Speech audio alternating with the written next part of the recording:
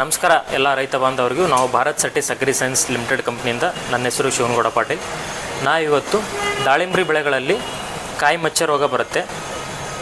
ಕಾಯಿ ಮಚ್ಚೆ ರೋಗ ತಂಪು ಹೆಚ್ಚಿಗೆ ಅಥವಾ ವಾತಾವರಣ ತಂಪಿದ್ದಾಗ ಮಳೆಗಾಲದಲ್ಲಿ ಆ ಕಾಯಿ ಮಚ್ಚೆ ರೋಗ ಬರುತ್ತೆ.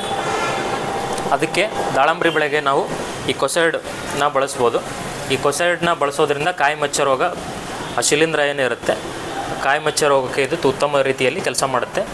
ಮತ್ತು ಇದನ್ನು ಸ್ಪ್ರೇ ಮಾಡೋದ್ರಿಂದ ಬೇರೆ ನೀವು COC ಏನು ಸ್ಪ್ರೇ ಮಾಡ್ತಿರ್ತೀರ, COC ಸ್ಪ್ರೇ ಮಾಡಿದರೆ ದಾಳಿಂಬರಿ ಬೆಳೆಗಳಲ್ಲಿ ಫ್ರೂಟು ಸ್ಕ್ರಾಚಿಂಗ್ ಬರ್ತಾ ಇರುತ್ತೆ.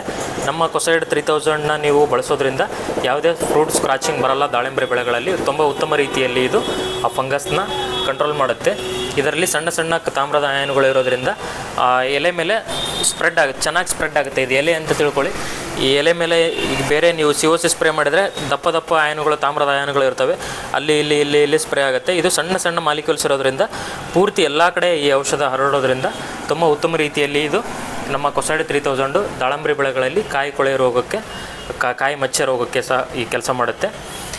ಮತ್ತು ನಿಮಗೆ ಯಾವುದೇ ರೀತಿ ಮಾಹಿತಿ ಇದ್ದರೂ ನಾನು ಮತ್ತೆ ಬೇರೆ ವಿಡಿಯೋ ಮಾಡ್ತಾ ಇರ್ತೀನಿ. ಮತ್ತು ಮುಂದಿನ ವಿಡಿಯೋದಲ್ಲಿ ಸಿಗೋಣ. ಅಲ್ಲಿವರೆಗೂ ನಮಸ್ಕಾರ. ಜೈ ಜವಾನ್, ಜೈ ಕಿಸಾನ್.